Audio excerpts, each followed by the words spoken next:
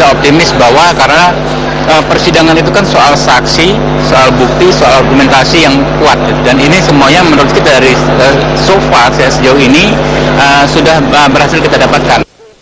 Sementara pihak termohon KPU mengatakan bukti yang disampaikan akan bisa membantah dalil dari pemohon. Komisioner KPU Ida Budiati menjelaskan pihaknya telah menyiapkan dengan rinci sesuai dengan permintaan KPU meskipun ada sejumlah kendala yang mereka hadapi. Nah, kami akan cermati lagi yang sudah ada daftarnya belum ada fisiknya akan kita koreksi. Maksudnya di dalam daftarnya itu akan kita drop kalau memang tidak ada bukti fisiknya. Kenapa ini terjadi demikian? Sebagaimana tadi sudah kami jelaskan, ya, tidak mudah menghimpun TPS seluruh Indonesia dalam waktu yang relatif singkat. Secara geografis misalnya di daerah Papua, Papua Barat, wilayah kepulauan seperti di Maluku, Maluku Utara, ya kan, itu kan membutuhkan waktu yang relatif cukup gitu ya untuk bisa menghadirkan dokumen itu ke Jakarta. Setelah sidang pengesahan bukti, agenda MK selanjutnya dalam sidang sengketa hasil Pilpres ini adalah rapat permusyawaratan tertutup antara majelis hakim untuk kemudian mengumumkan hasil sidang pada 21 Agustus mendatang. Dari Jakarta, Yasir Rene Ama, Ali Hamdan, Metro TV. Perusakan rumah salah satu saksi pasangan Prabowo Hatta Novela Nawipa di Kampung Awabutu, Enartoli, Paniai, kini dalam penanganan pihak kepolisian Polres Paniai, Papua. Perusakan di rumah Novela Nawipa dilakukan pada pagar dan kaca jendela depan rumah. Perusakan disinyalir dilakukan oleh puluhan warga Kampung Awabutu sehari setelah Novela bersaksi di Mahkamah Konstitusi. Warga Kampung Awabutu marah karena kesaksian Novela tentang pelaksanaan Pilpres. Polisi Polres Paniai segera memeriksa sejumlah saksi. Menurut Kapolres Paniai, AKBP Daniel Riongo, terlepas dari urusan sengketa Pilpres, perusakan rumah Novela murni tindak pidana. Yang dirusak adalah pagar, bukan pembakaran. Ini adalah pengerusakan murni, jadi tindak pidana murni. Dan sebab dari akibat daripada pengerusakan itu sendiri, tentunya masyarakat melihat dari media elektronik, ya, kesaksian dari adik kita Novela. Saksi pasangan Prabowo Hatta Novela Nawipa membantah diancam setelah bersaksi di sidang MK pada 12 Agustus lalu. Padahal sebelumnya media ramai memberitakan Novela mendapatkan ancaman dan rumahnya di Papua dirusak setelah bersaksi di sidang MK. Saksi mandat pasangan Prabowo Hatta asal Papua dalam sidang sengketa Pilpres di Mahkamah Konstitusi 12 Agustus lalu, Novela Nawipa membantah bahwa dirinya diancam dan diintimidasi pasca bersaksi. Tidak usah. Sampai saat ini saya tidak merasa saya diintimidasi, tidak. Saya tidak dibawa tekanan, tidak. Karena saya bicara, itu semua keluar dari hati saya. Jadi Novela tidak merasa intimidasi, tidak merasa dibawa tekanan. Jadi orang mengatakan dia dibawa tekanan dan intimidasi itu tidak benar. Saya kira itu kuncinya. Kalau ancaman juga nggak ada? Tidak ada itu. Pernyataan Novela ini disampaikan dalam pertemuannya dengan Komisioner Komnas HAM, Natalius Pingai, hari Minggu kemarin. Dalam pertemuan itu, Natalius juga meminta kesaksian Novela tidak dipolitisir. Ada Novela itu tidak dalam keadaan ancaman. Karena itu tidak perlu tokoh-tokoh politik nasional atau siapapun berbicara bahwa dia dalam keadaan ancaman. Tidak ada. Jangan biarkan saja adik ini menjadi dirinya sendiri seorang ibu dari anak. Ya, biarkan saja. Sebelumnya Novela ramai diberitakan mendapat ancaman pasca bersaksi di sidang MK. Di sejumlah media, adik calon Presiden Prabowo Subianto yang juga Wakil Dewan Pembina Partai Gerindra, Hashim Joyo Hadikusumo, menyebut Novela diintimidasi dan rumahnya dirusak orang tak dikenal. Sementara itu, Bupati Paniai Hengki Kayame menegaskan, saat Pilpres 9 Juli lalu, Novela tidak berada di Enartoli, Papua. Paniai Pilpres sesuai dengan ketentuan yang ada. Jadi Desa Awabutu, TPS-nya ada di lapangan sepak bola Karet Gubai. Dan saat itu Novela tidak ada di tempat? Ya, Novela tidak ada di tempat. Dalam kesaksiannya, Novela mengaku menjadi saksi mandat dari Kampung Awabutu, Kabupaten Nogiyai, Papua. Dalam kesaksiannya, Novela mengatakan tidak ada pencoblosan di daerahnya. Tim Liputan Metro TV. Berbagai cara dilakukan pihak Prabowo Hatta Rajasa untuk membatalkan atau menggugat hasil pemilu presiden. Seluruh pihak yang dinilai merugikan mereka dilaporkan ke polisi, MK, atau lembaga hukum lainnya. Sedikitnya ada 6 gugatan hukum yang dilakukan oleh pihak Prabowo Hatta Rajasa.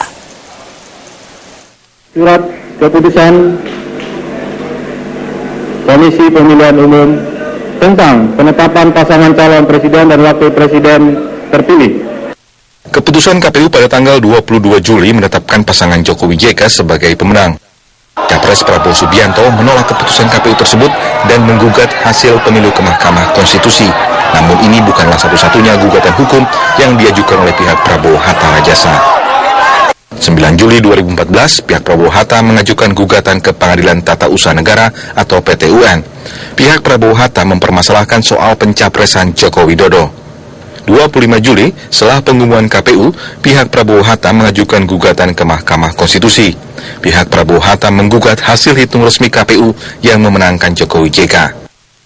Pada saat yang bersamaan, pihak Prabowo Hatta juga memasukkan gugatan ke Dewan Kehormatan Penyelenggara Pemilu atau DKPP. Lembaga ini memeriksa kinerja para komisioner KPU pusat dan daerah. Selain itu, Wakil Ketua Umum Partai Gerindra, Fadlizon, juga melaporkan Ketua KPU ke kepolisian. Namun laporan ini sudah ditolak polisi. Tidak hanya itu, pihak Prabowo Hatta juga memajukan gugatan ke Pengadilan Negeri Jakarta Pusat. Gugatan ke Pengadilan Negeri bukan yang terakhir. Tim Prabowo Hatta juga mengajukan gugatan ke Lembaga Ombudsman. Pengamat politik Hanta Yuda menilai tujuan dari beragam gugatan dari pihak Prabowo Hatta adalah pembentukan opini publik untuk kepentingan politik mereka.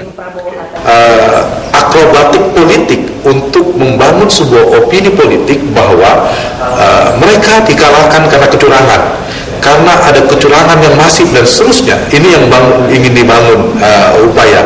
Yang kedua, upaya itu kita lihat dari mulai ada isu kalau di MK gagal disiapkan dengan strategi politik dengan pansus pilpres di DPR, meskipun itu bisa, tapi menurut saya tidak ada manfaatnya bagi rakyat. Keputusan Mahkamah Konstitusi adalah keputusan yang paling mengikat karena bersifat final dan tidak dapat digugat ulang. Dan apapun keputusan hukum di luar lembaga MK tidak akan mempengaruhi atau mengubah hasil pemilu. Tim Liputan Metro TV. Komisi Pemilihan Umum KPU menyatakan siap untuk menjelaskan proses Pilpres lalu kepada anggota DPR. Sebelumnya sejumlah anggota DPR berniat untuk membentuk pansus terkait Pilpres, menyusul adanya tudingan dari kubu Prabowo Hatta yang mengatakan ada banyak kecurangan pada Pilpres lalu. Budiati menjelaskan pihaknya telah menyiapkan sesuai dengan permintaan KPU, meskipun ada sejumlah kendala yang mereka hadapi. Komisioner KPU Ida Budiati mengatakan lembaganya siap mengklarifikasi tahapan Pilpres yang mereka lakukan. Ia mengatakan permintaan dari parlemen ini merupakan bagian dari pertanggungjawaban kepada rakyat. Ida juga meminta agar DPR memberi waktu kepada lembaganya untuk menyelesaikan perkara yang saat ini tengah mereka hadapi di Dewan Kehormatan Penyelenggara Pemilu DKPP dan Mahkamah Konstitusi. Rencana pembentukan pansus oleh sejumlah anggota DPR ini kemungkinan akan digulirkan setelah masa reses anggota DPR selesai.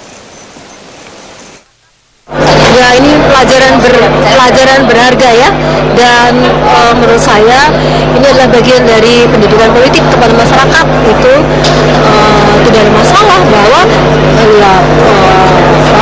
inilah wakil rakyat yang memandang ada hal penting gitu yang untuk perlu diminta klarifikasi kepada penyelenggara. Pengamanan sidang putusan sengketa Pilpres 2014 di Mahkamah Konstitusi juga melibatkan kepolisian daerah Jawa Barat. Polda Jabar tak hanya mengirimkan 3 kompi anggota Brimob ke Jakarta, tetapi juga menghalangi upaya pengerahan massa ke ibu kota. Menurut Kapolda Jabar Irjen Pol M. Iriawan, pihaknya telah menemukan indikasi adanya pengerahan massa ke ibu kota, yakni dari Bogor dan Karawang. Untuk menghalangi pengerahan massa ke Jakarta, aparat Polda Jabar akan melakukan sejumlah upaya, termasuk mengawasi dan menjaga ketat sejumlah gerbang tol menjadi pintu masuk ke arah Jakarta.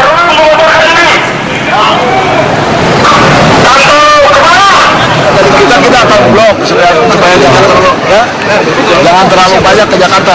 Indikasinya sih ada tapi sedikit ya. Jalan dari wilayah Bogor kemudian dari Karawang sekitarnya, tapi tidak terlalu banyak.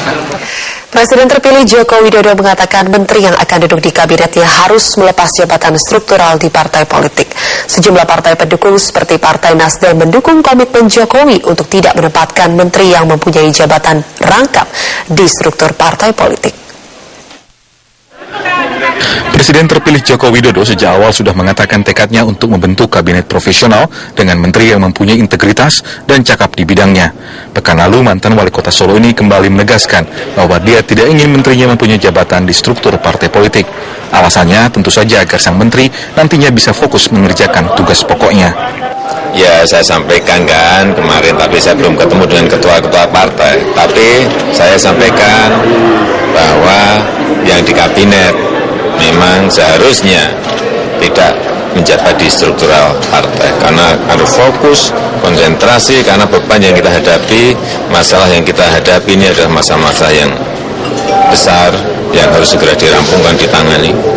Partai Nasdem yang sejak awal mendukung pencalonan Jokowi sebagai capres menilai bahwa menteri yang duduk di kabinet Jokowi memang tidak boleh berada di posisi eksekutif partai politik.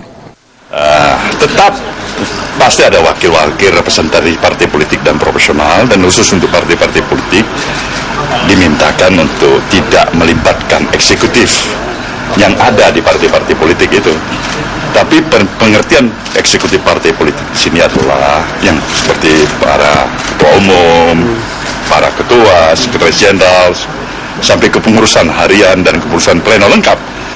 Pengamat politik Niko Haryanto mengatakan untuk memenuhi harapan publik yang menginginkan adanya perubahan cepat, maka pemerintahan Jokowi JK akan lebih baik memilih menteri yang profesional, fokus pada program kerjanya, dan tidak memiliki kepentingan politik. Nah, itu saya kira ada suatu kebutuhan ya untuk saat ini supaya kementerian itu diurus oleh mereka yang bersedia mengurus kementerian menjabat secara penuh. Kemudian partai politik nanti juga merupakan institusi demokrasi yang sangat penting, itu juga biar diurus secara penuh waktu sehingga pemerintah maupun juga partai politik bisa berjalan dengan baik. Nah, saya kira dengan konteks kabinet aksi, oleh karena itu sangat penting sekali kementerian itu diisi oleh mereka yang mau benar-benar secara penuh waktu ya mendedikasikan diri untuk kepentingan bangsa. Setelah putusan MK terkait sengketa Pilpres keluar, pemerintah Jokowi JK akan resmi dilantik pada Oktober mendatang. Setidaknya ada 9 program yang akan menjadi konsentrasi kabinetnya. Salah satunya adalah membuka akses yang luas kepada masyarakat di bidang pendidikan dan kesehatan. Tim Liputan Metro TV. Pemirsa, nama Ketua DPR Marzuki Ali kembali disebut dalam persidangan kasus dugaan gratifikasi proyek Hambalang dengan terdakwa mantan Ketua Umum Partai Demokrat Anas Urbaningrum.